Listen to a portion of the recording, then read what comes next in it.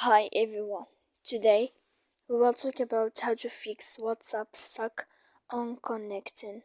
To know how to fix WhatsApp stuck on connecting, you should just go to settings like this. We will click.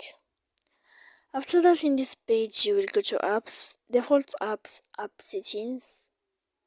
When you will see this list, you will go down to find the application of WhatsApp. You will enter here.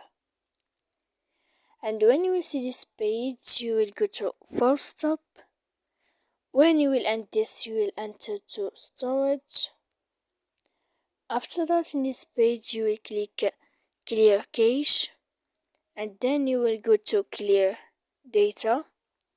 And after all that, you can turn off your Wi-Fi. So please don't forget to support us by like and subscribe. See you next